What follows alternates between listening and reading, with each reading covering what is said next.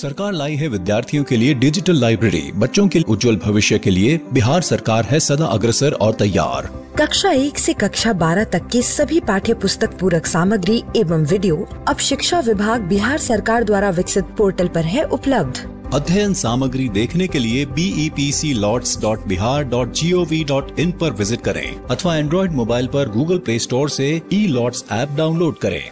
शिक्षकों, अभिभावकों एवं बच्चों से अनुरोध है कि इस ई-लाइब्रेरी का अधिक से अधिक लाभ उठाएं और अपनी पढ़ाई जारी रखें।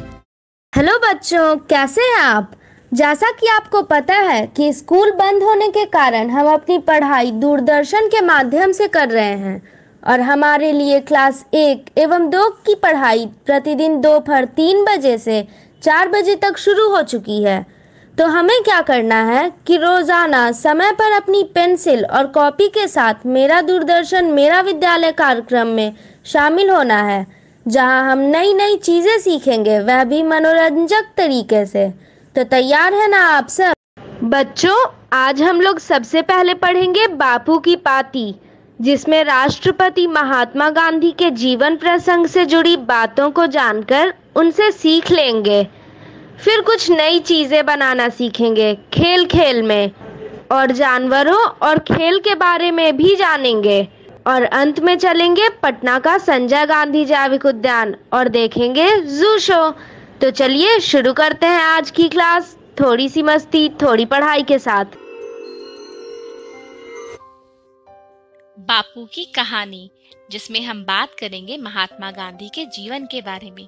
पिछली बार हमने ये जाना कि बापू ने अपने एक दोस्त के संगत में आकर मांस खाना शुरू किया था, जिसका बाद में उन्हें पछतावा भी हुआ और फिर उन्होंने छोड़ दिया। मोहन के एक चाचा बीड़ी पीते थे। 12-13 साल के मोहन और एक रिश्ते के भाई को लगता था कि मुंह से धुआं उड़ाना बड़ी शान की बात है। बीड़ी खरीदने के लिए दोनों ने एक नौकर के जेब से सिक्के भी चुराए थे, लेकिन जल्दी ही ये गंदी आदत छूट गई और फिर मोहन ने कभी बीड़ी सिगरेट को हाथ नहीं लगाया। दूसरी बार मोहन ने 15 साल की उम्र में चोरी की, अपने मंझले भाई करसन दास के लिए। उन पर 25 रुपए का कर्जा चढ़ गया था और वो बहुत परेशान थे। वो सोने का एक बाजूबंद भी पहनते थे। मोहन ने कहा, मैं तुम्हारे बाजूबंद से एक सोने का टुकड़ा निकाल देता हूँ। मोहन ने सोने का एक टुकड़ा निकाल दिया और उसे बेचने से भाई का कर्जा पट गया। लेकिन मोहन की अंतरात्मा उन्हें कचोटने लगी। उन्होंने वही तय किया कि वो फिर कभी चोरी नहीं करेंगे। सजा का डर मोहन को नहीं था। उनके पिता बच्चों पर कभी हाथ नहीं उठाते थे, पर अपने पिता को पीड़ा पहुंचाने का डर मोहन को था। और उनके सामने वो बोलते तो कैसे बोलते। और फिर उन्हें ख्याल आया कि वो लिखकर अपना गुनाह स्वीकार कर सकते हैं। उन्होंने कागज का एक पुर्जा लिया और उस पर सब कुछ लिख दिया। उन्होंने लिखा कि पिताजी की दी हुई हर सजा उन्हें स्वीकार है, यह भी कि गलती के लिए सिर्फ और सिर्फ वही जिम्मेदार है और पिताजी अपने आप को सजा ना दें। करमचंद जी बीमार थे। मोहन का पत्र पढ़ते हुए उनकी आंखों से आंसू टपकने लगे, जिससे कागज भीग गया। मोहन भी रो दिए। उस समय उन्हें पता नहीं था कि सच्चाई से अपना गुनाह कबूल कर लेना ही सच्चा पश्चाताप है, और वो भी तब जब सामने वाले को अपनी गलती की भनक भी नहीं हो। पिताजी कुछ नहीं बोले, बस कागज फाड़ के फेंक दिया। प्यार के उन आंसुओं ने गंगा जल की तरह मोहन के मन को और उनके पाप को भी धो दिया। अब मोहन के लिए उनका प्यार बढ़ गया और भरोसा भी। करमचंद जी की तबीयत बिगड़ती ही गई। उनकी सेवा का जिम्मा 3 लोगों पर था, उनकी पत्नी, एक पुराना नौकर और मोहन। पिता की सेवा करने से मोहन को एक लाभ ये मिला कि उनसे मिलने जुलने वालों के साथ उनकी बातचीत वो सुन पाते थे। उनकी अपने पारसी और मुसलमान दोस्तों से तरह तरह की चर्चाएं होती थी। उनके घर जैन मुनि भी आते थे। वे खाने पीने के कठोर नियमों के बावजूद गांधी परिवार से भोजन की सामग्री लेते थे। मोहन के माता पिता मंदिर ही नहीं, शिवालय भी जाते थे। उनके यहाँ रामायण और भागवत पुराण का सुरीला पाठ होता था। बचपन में सभी धर्मों के लिए सम्मान मोहन में सहज ही आ गया था। मोहन ने धर्म और शास्त्र की कुछ किताबें भी पढ़ी, पर उसमें बहुत ज्यादा श्रद्धा नहीं जगी। वो तो बस यही मानने लग गए कि संसार नीति पर टिका है और नीति सत्य में बसती है, सत्य को खोजना ही उनके लिए सबसे बड़ा काम हो गया। करमचंद जी की तबीयत बिगड़ती ही गई। जब उनका देहांत हुआ तब मोहन 16 बरस के थे। दीवान पिता के मृत्यु से गांधी परिवार की माली हालत डगमगा गई थी। पढ़ने के लिए मुंबई के कॉलेज जाना महंगा था, सो 18 साल के मोहन ने भावनगर में ही दाखिला ले लिया। कॉलेज की पढ़ाई में मोहन का मन बिल्कुल नहीं लगा। सब कुछ मुश्किल लगता था। पहला सत्र जैसे तैसे पूरा करके वो घर पहुंचे तो वहां पर करमचंद जी के एक पुराने दोस्त थे। वो मिलने के लिए आए थे। नाम था उनका मावजी दवे।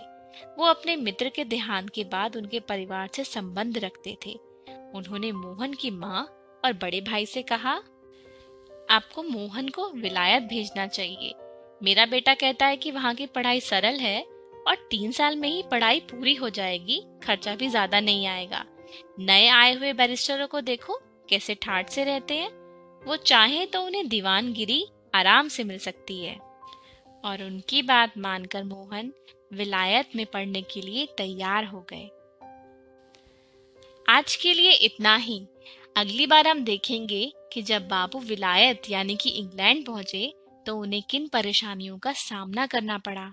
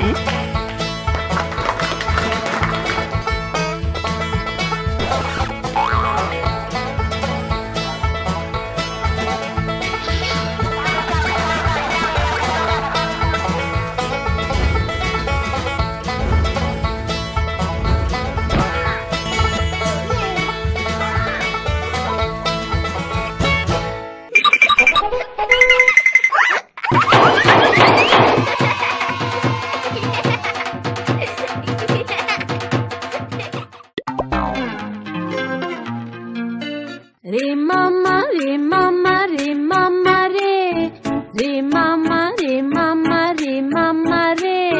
हम तो गए बाजार में लेने को आलू, आलू वालू कुछ न मिला, पीछे पड़ गया भालू।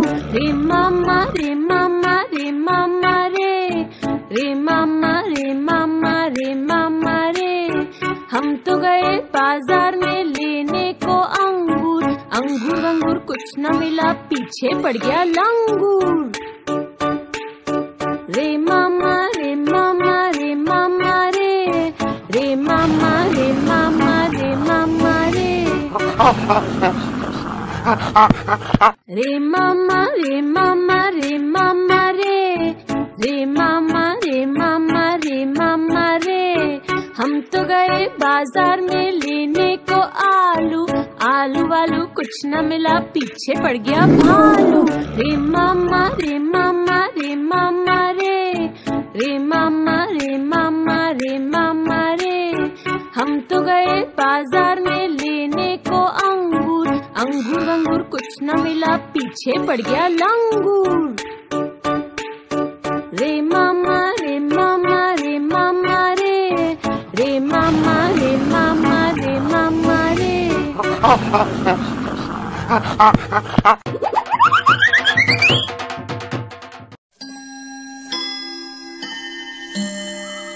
एनिमल्स, जानवर।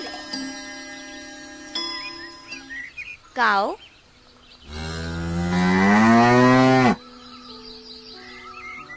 गाय,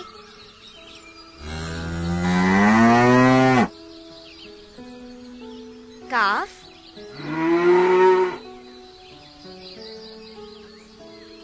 गाय का बछड़ा,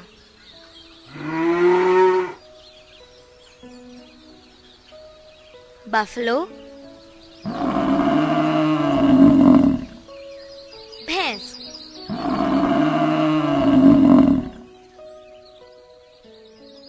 ऑक्स,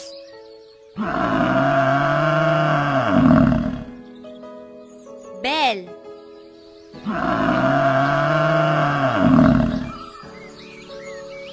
डॉग, कुत्ता,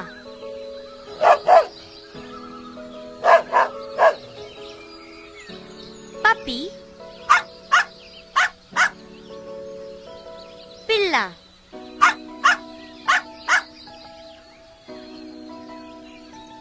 कैट,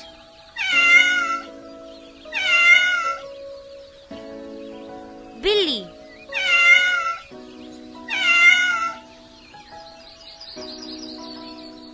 किटन,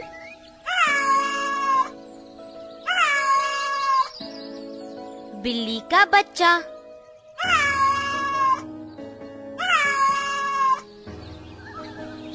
गोट,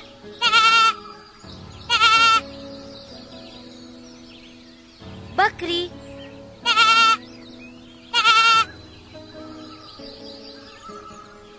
पिग,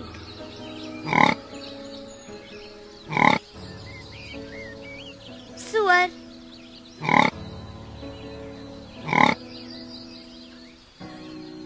माउस,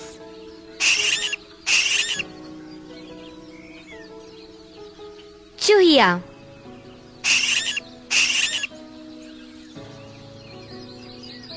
रैट,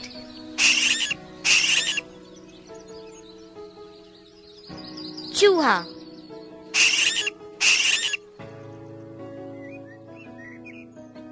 शीप, भेड़,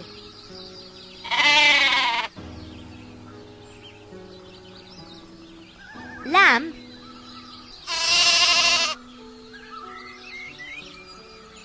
भेड़ का बच्चा या मेमना,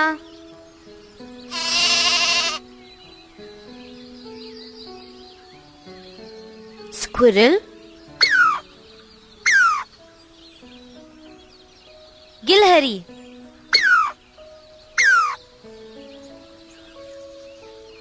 monkey,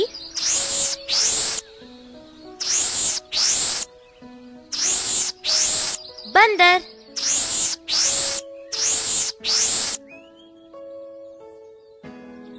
डोंकी,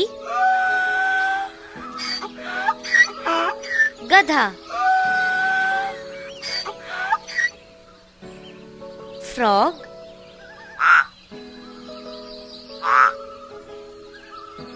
मेंढक,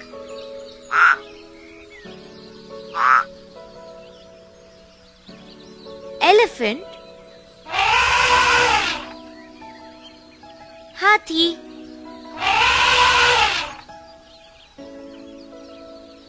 कैमल,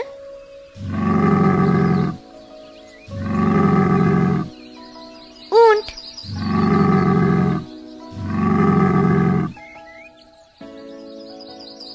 डियर, हिरन,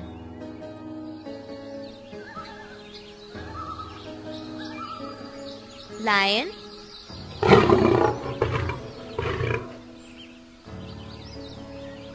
शेर,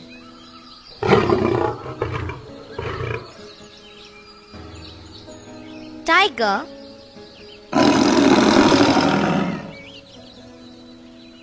बाघ,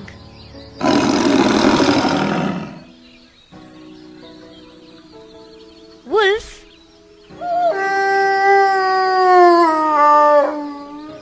भेड़िया,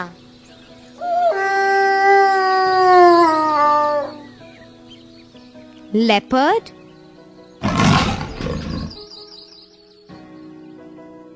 तेंदुआ,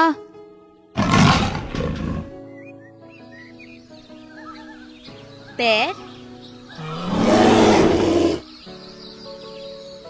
भालू,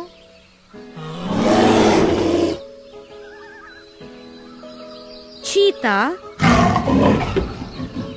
चीता, फॉक्स, लोमड़ी,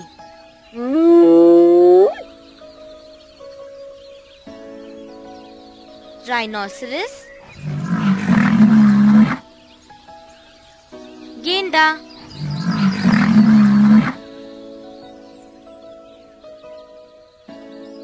रैबिट,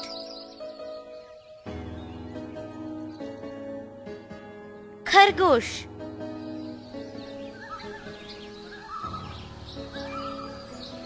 हॉर्स,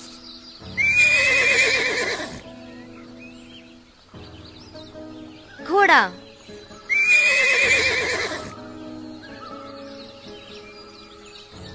जिराफ, जिराफ,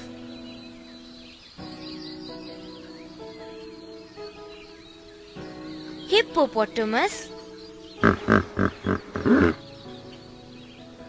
दरियाई घोड़ा,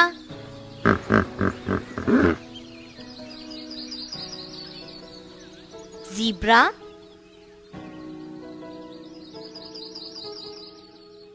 ज़ेब्रा,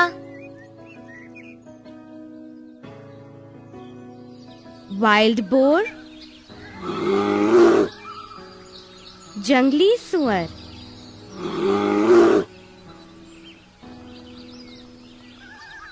स्नेक,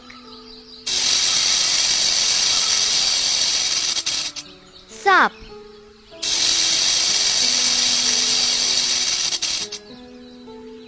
फिश, मछली,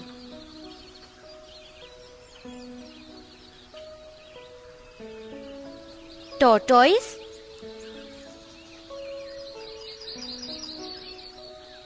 कछुआ,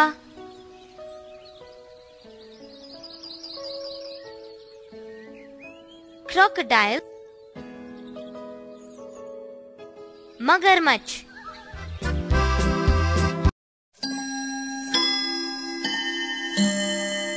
गेम्स, खेल, एथलेटिक्स, एथलेटिक्स,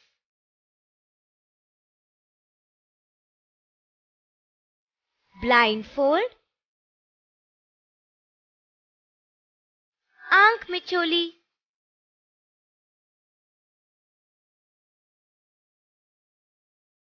बॉक्सिंग, मुक्केबाजी,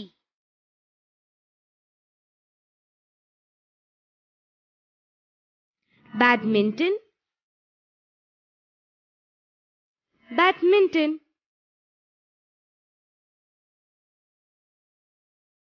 chess,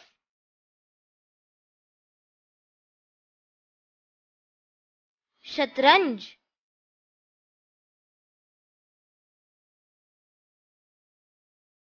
cricket,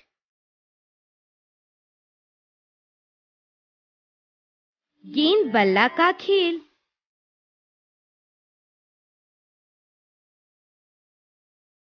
catch and catch, पकड़म पकड़ाई,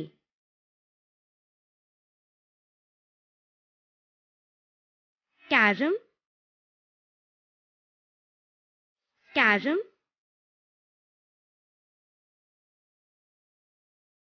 football,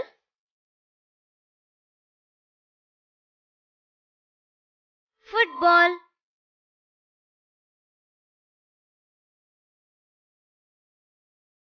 hide and seek,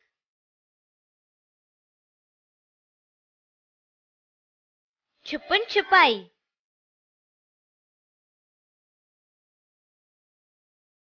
hockey, hockey,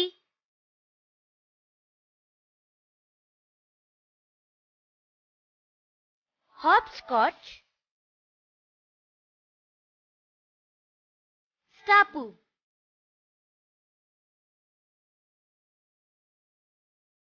हुतुतु,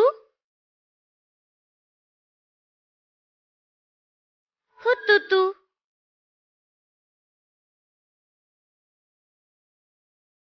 kite flying, पतंग उड़ाना,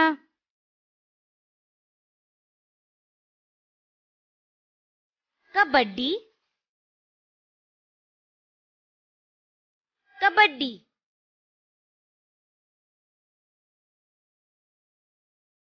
खो खो, खो खो,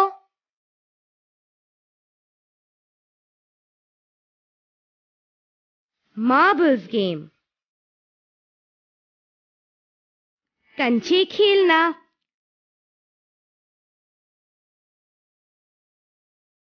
प्लेइंग कार्ड्स, ताश खेलना,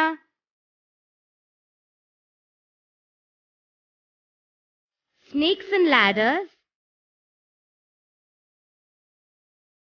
सांप सीढ़ी,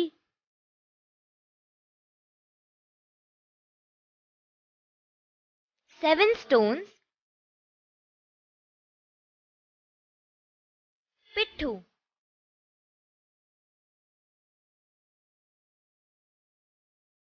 स्पिन द टॉप, लट्टू घुमाना,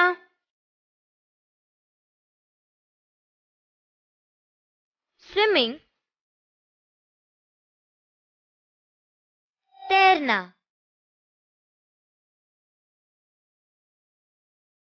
टेनिस, टेनिस,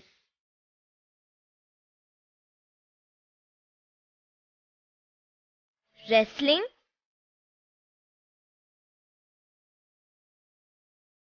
कुश्ती,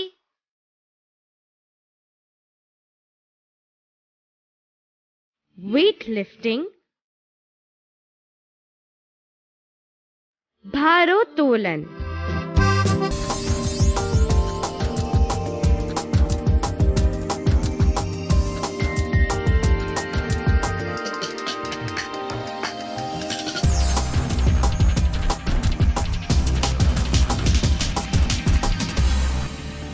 संजय गांधी जैविक उद्यान जू आउटरीच प्रोग्राम के तहत आज हम हाथी के बारे में जानेंगे। हाथी स्थल प्राणियों में धरती पर पाए जाने वाला विशालतम स्तनधारी जंतु है।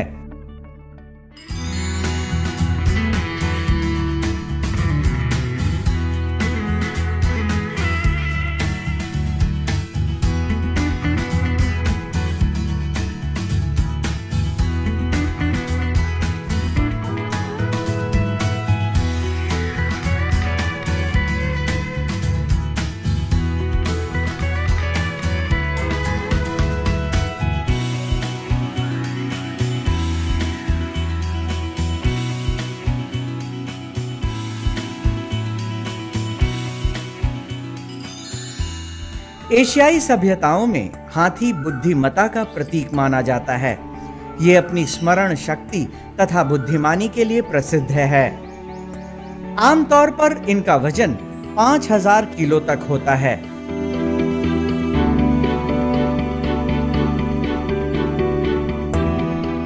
भारतीय हाथी लंबाई में 10 फुट तक पहुंच सकता है और नर मादा से ज्यादा बड़े होते हैं। भारतीय हाथी अफ्रीकी हाथियों जैसे ही दिखते हैं, पर उनके कान और दांत छोटे होते हैं। भारतीय हाथी के सूंड अफ्रीकी हाथी से ज्यादा बड़ी होती है। पंजे बड़े और चौड़े होते हैं।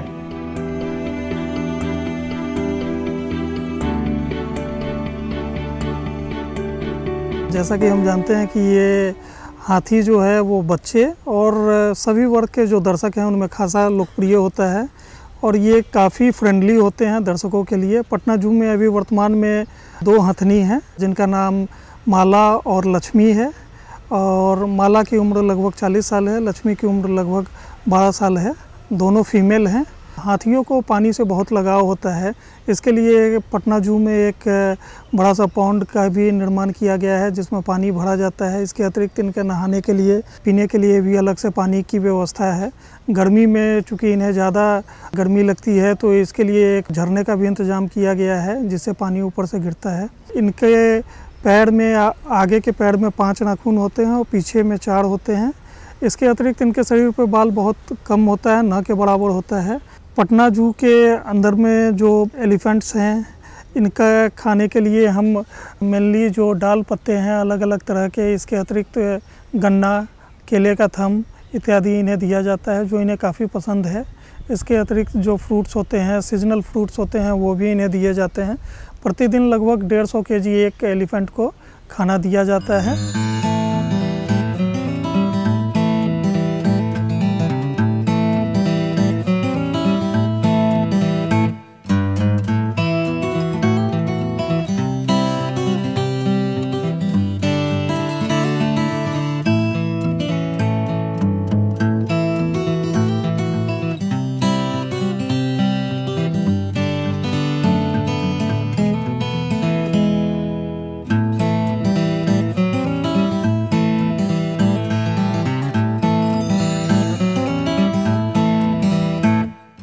हाथी का गर्भकाल 22 महीनों का होता है जो जमीनी जीवों में सबसे लंबा है।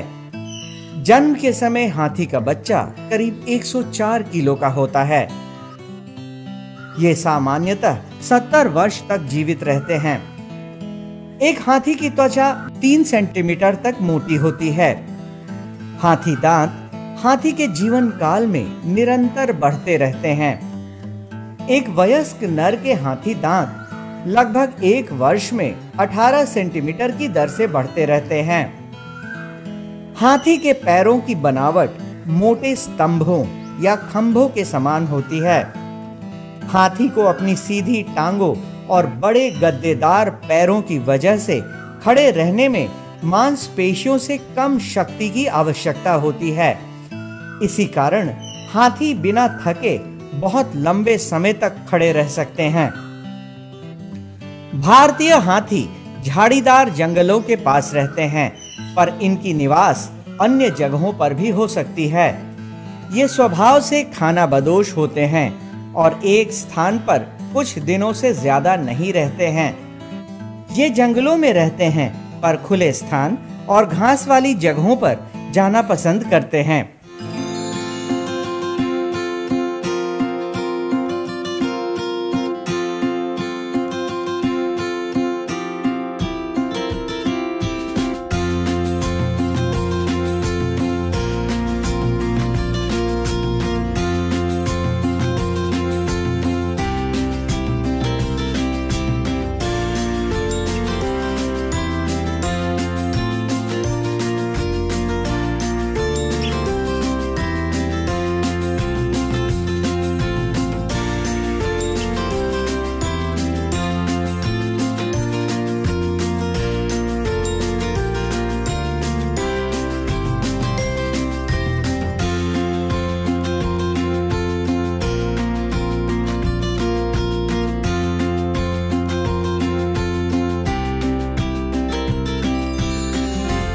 सूंड हाथी की नाक और उसके ऊपरी ओठ की संधि है। लंबी हो जाने के कारण यह हाथी का सबसे महत्वपूर्ण तथा कार्य कुशल अंग बन गया है। एक तरफ तो हाथी की सूंड इतनी संवेदनशील होती है कि घास का एक तिनका भी उठा लेती है, तो दूसरी तरफ इनकी मजबूती भी होती है और ये पेड़ की टहनियों को भी उखाड़ लेते हैं। आज हम एक ऐसे पक्षी की बात करेंगे जो पक्षी होते हुए भी अपने भारी वजन के कारण उड़ नहीं सकता है। ये बहुत फुर्तीला होता है और काफी तेजी से दौड़ सकता है, वो भी 50 किलोमीटर की रफ्तार से। आज हम चलेंगे एमू पक्षी के एनक्लोजर के पास। एमू शुतुरमुर्ग के बाद दुनिया का सबसे बड़ा पक्षी है। इस पक्षी की ऊंचाई लगभग 150 से 159 सेंटीमीटर तक होती है और वजन 18 से 48 किलोग्राम तक होता है। ये मूल रूप से ऑस्ट्रेलिया में पाए जाते हैं। इनके शरीर का रंग मटमैला भूरापन लिए हुए होता है। वैसे तो ये जोड़े में रहना पसंद करते हैं, लेकिन इन्हें सामूहिक जीवन भी प्रिय है। एमू मुख्य रूप से घास, पत्ते, फल और कीड़े खाना पसंद करते हैं। इनका पाचन क्रिया काफी तेज होता है। ये छोटे पत्थर, कंकड़ निगल लेते हैं और इसे ये अच्छी तरह से पचा भी लेते हैं। एमू पक्षी कई दिनों तक बिना खाए पिए रह सकता है। एमू सामान्य तौर पर 1.5 साल से 3 साल के अंदर प्रजनन योग्य हो जाते हैं। एक बार में एक मादा एमू 9 से 20 अंडे दे सकती है। नर और मादा एमू में अंडा सेने का काम नर एमू करता है और चूजे 56 दिनों में अंडे से बाहर आते हैं। एक स्वस्थ एमू का जीवन काल 10 साल का होता है। एमू पक्षी की गर्दन लंबी होती है। गर्दन पर बाल बहुत कम होते हैं। एमू के पूरे शरीर पर हल्के भूरे रंग के बाल होते हैं। इसके शरीर पर छोटे आकार के पंख होते हैं जो दौड़ने के दौरान इन्हें स्थिरता देते हैं। जरूरत पड़ने पर एमू तैर भी सकते हैं। इनके अंडे का आकार मुर्गी के अंडे से 10 से 12 गुना तक बड़ा होता है।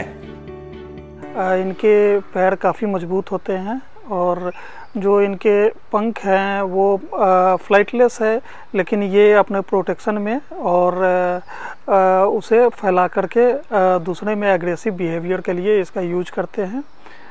इनका सबसे इंटरेस्टिंग एस्पेक्ट है वो इनका एग्स है। जो अंडे इसमें होते हैं वो हरे रंग के होते हैं, डीप ग्रीन कलर के अंडे होते हैं और इनका वजन लगभग 300 से 500 ग्राम तक होता है। पटना जू में अभी वर्तमान में इनकी संख्या 11 हो गई है। लास्ट ईयर भी 2 ईमू के बच्चे का सक्सेसफुली हैच हुआ है और वो यहाँ पे सरवाइव कर रहे हैं। इस साल भी 2 ईमू के बच्चे का हैचिंग हुआ है और अभी उसे नर्सरी में हम लोग देखभाल कर रहे हैं। ये मेनली यहाँ पर इन्हें खाने में पालक और कोर्स ग्रेन इत्यादि दिए जाते हैं। प्याज, अदरक, लहसुन ये सब का मिक्सचर दिया जाता है ताकि इनका बैलेंस डाइट मेंटेन रहे। इसके अलावा इन्हें ओकेजनली इन्हें खाने के लिए सुपर मिल भी दिया जाता है, सुपर बग भी दिया जाता है, जो ये काफ़ी पसंद से खाते हैं, जो यहाँ रियर करके इनको दिया जाता है। इंडिया में बहुत से स्टेट्स में इनका फार्मिंग भी शुरू किया गया है, जो इनके एग्स और चिक्स के लिए या अलग अलग आइटम्स के लिए इनका फार्मिंग भी किया जाता है ऑस्ट्रिच के बाद। कैसोवरी ऑस्ट्रेलिया और न्यू गुआना में पाए जाने वाला एक न उड़ने वाला पक्षी है। शुतुरमुर्ग और एमू के बाद ये तीसरा सबसे बड़ा पक्षी माना जाता है।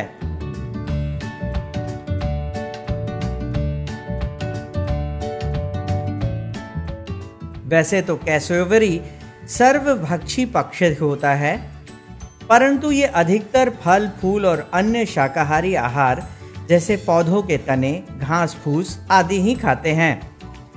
इसके अलावा ये कीड़े मकोड़े, मेढक, मछली, चूहा और अन्य रेंगने वाले जीवों को भी अपना भोजन बनाते हैं।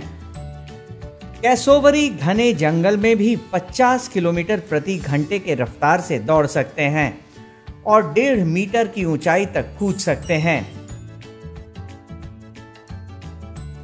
इनका औसत जीवन काल 60 वर्षों तक का होता है।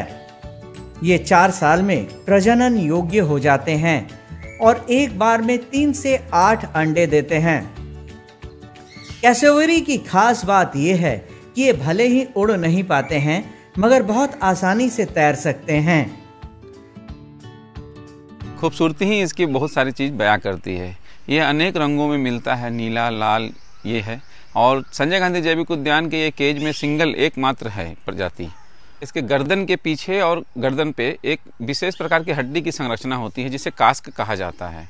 केशवरी के गर्दन के पास में एक मांस का बना हुआ रहता है, मांस का जैसा, वो एक पहचान इसकी अलग देता है जो और पक्षियों से अलग पहचान है। और इनके पैर काफ़ी मजबूत होते हैं जो इनके आत्मरक्षा में काम आता है। केशवरी की चोंच काफ़ी छोटी होती है और इनके रख रखाव में संजय गांधी जैविक उद्यान में काफ़ी ध्यान देना पड़ता है। ये इनकी साफ़ सफाई, केज की साफ़ सफाई साप्ताहिक रूप से की जाती है। पानी का बदलाव प्रतिदिन किया जाता है और ग्रीष्मकालीन और जाड़े के ऋतु के हिसाब से इनके आवास की भी व्यवस्था बहुत अच्छे तरीके से की जाती है। अधिक ठंड हो जाने पर ये गर्मी प्रदान करने के लिए हम लोग इसकी विशेष व्यवस्था पुआल वगैरह से इनको ढक के रखते हैं। खिड़की वगैरह, रोशनदान वगैरह को बंद कर देते हैं ताकि ठंड हवा से इनको बचाया जा सके। चूँकि ये भारतीय उपमहाद्वीप में नहीं पाए जाते हैं ये मात्र, और ये संजय गांधी जैविक उद्यान में दर्शकों के लिए एक बहुत कौतूहल का विषय होते हैं चूँकि ये काफ़ी दर्शकों को देख करके ये हरकत करते हैं जिसकी वजह से दर्शक इन्हें देखकर काफ़ी खुशी महसूस करते हैं। मादा कैसोवरी अंडों और बच्चों की कोई परवाह नहीं करती है, जबकि नर पक्षी लगभग 2 महीने तक अंडों को सेने का काम करते हैं। आज हम चलेंगे लंग्स ऑफ द सिटी यानी संजय गांधी जैविक उद्यान के फर्न हाउस में।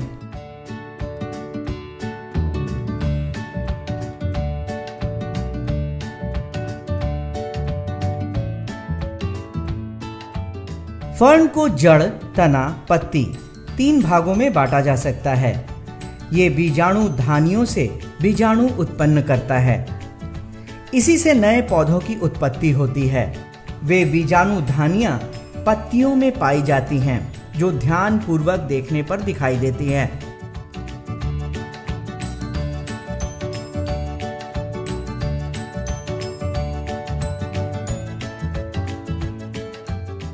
फर्न आमतौर पर नम अंधेरे जंगलों की सतह पे उगते हैं। ये कुछ चारागाहों और खुले स्थानों पर भी पाए जाते हैं। इसमें फर्न हाउस में अलग अलग तरह के फर्नों को रखा गया है और ये ग्रीन हाउस की तरह स्ट्रक्चर बनाया गया है। और जैसा कि हम जानते हैं कि फर्न को उनके जीवन यापन के लिए मॉइस्ट प्लेस की आवश्यकता होती है और ये ड्राई में सर्वाइव नहीं करते हैं। और उसी से मिलता जुलता स्ट्रक्चर बनाने के लिए इसमें इरिगेशन के लिए स्प्रिंकलर इरिगेशन की व्यवस्था की गई है। अलग अलग तरह के जो फर्न हैं उसे काफ़ी मॉइस्ट रखा जाता है और इन्हें अलग अलग रिजीम पे, टाइम रिजीम में पानी के जरिए इसमें स्प्रिंकलर किया जाता है। फर्न्स जो होते हैं इनका जो रिप्रोडक्टिव ऑर्गन है वो स्पोर के थ्रू इनका डिसेमिनेशन और प्रोपेगेशन होता है।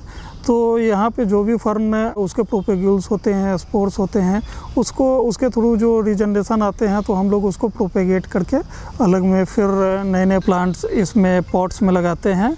यहाँ पे लगभग 58 तरह के फर्न्स हैं। हमारा ये प्रयास होता है कि जो भी दर्शक यहाँ आते हैं उन्हें फर्न्स के बारे में भी बताया जाए। अलग अलग तरह के जो लाइफ फॉर्म्स हैं प्लांट्स के उसके बारे में बताया जाए कि कैसे इनका इवोल्यूशन हुआ है और इनमें जो भी मॉडिफिकेशंस पाए जाते हैं जो क्लाइमेटिक कंडीशन को सूट करने के लिए या उस तरह के एग्रो क्लाइमेटिक जोन्स में सर्वाइव करने के लिए इनमें जो संरचनाएं, जो मॉडिफिकेशन प्रकृति के द्वारा किया गया है, तो हमारा ये उद्देश्य होता है कि जो विजिटर हैं उनको हम लोग ये बताएं।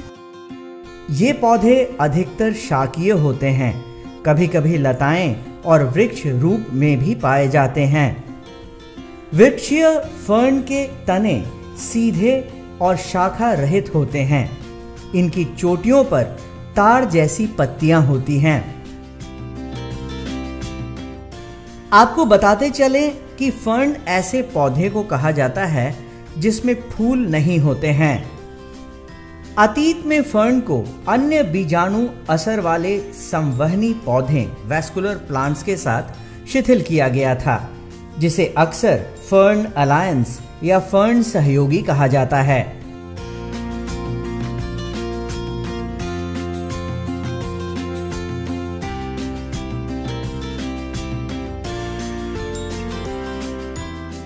हाल के अनुवांशिक अध्ययनों से फर्न और फर्न सहयोगियों के बीच संबंधों के बारे में पता चलता है। सबसे पहले फर्न हॉर्सटेल से निकटता से संबंधित प्रतीत होते हैं। वास्तव में हॉर्सटेल को अब फर्न के रूप में वर्गीकृत किया गया है। फर्न हाउस, पटना जू का फर्न हाउस काफ़ी लोगों में, खासकर युवाओं में काफ़ी अपना महत्व रखता है। यहाँ लोग आकर के काफ़ी देर तक उसमें समय गुजारते हैं और फर्न के बारे में उसकी जानकारी प्राप्त करते हैं। कुछ लोग वहाँ हैं जो कि उसके बारे में जानकारी भी देते हैं। कई लोग तो उसके प्रजातियों के बारे में नोट करके भी ले जाते हैं। फर्न हाउस का देख रेख में काफ़ी ध्यान दिया जाता है। उसके रख रखाव के लिए मॉइस्चर मेंटेन किया जाता है, ह्यूमिडिटी, पानी का फव्वारा हमेशा दिया जाता है। चूँकि फर्न जो भी हैं वो नमी वाले जगह पे ज़्यादा होते हैं, नमी में ही सर्वाइव बड़े अच्छे तरह से करते हैं। इसके ख्याल से पटना जू में उसको विशेष तरह से रखा जाता है एवं उसकी देखरेख की जाती है। पारिस्थितिक रूप से फर्न समशीतोष्ण और उष्णकटिबंधीय क्षेत्रों के छायांकित नम जंगलों के सबसे अधिक पौधे हैं। कुछ फर्न प्रजातियां मिट्टी पर समान रूप से बढ़ती हैं।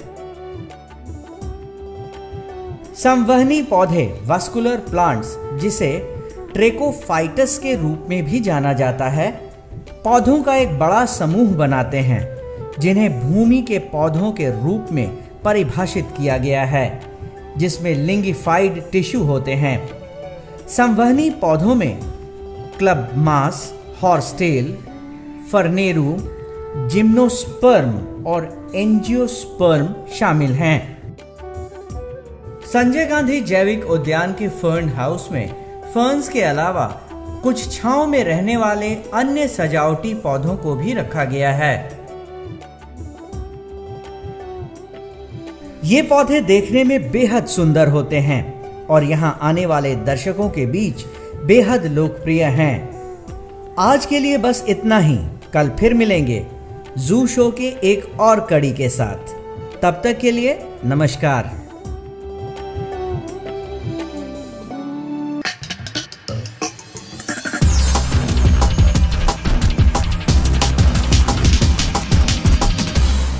सरकार लाई है विद्यार्थियों के लिए डिजिटल लाइब्रेरी। बच्चों के उज्जवल भविष्य के लिए बिहार सरकार है सदा अग्रसर और तैयार। कक्षा 1 से कक्षा 12 तक की सभी पाठ्य पुस्तक पूरक सामग्री एवं वीडियो अब शिक्षा विभाग बिहार सरकार द्वारा विकसित पोर्टल पर है उपलब्ध।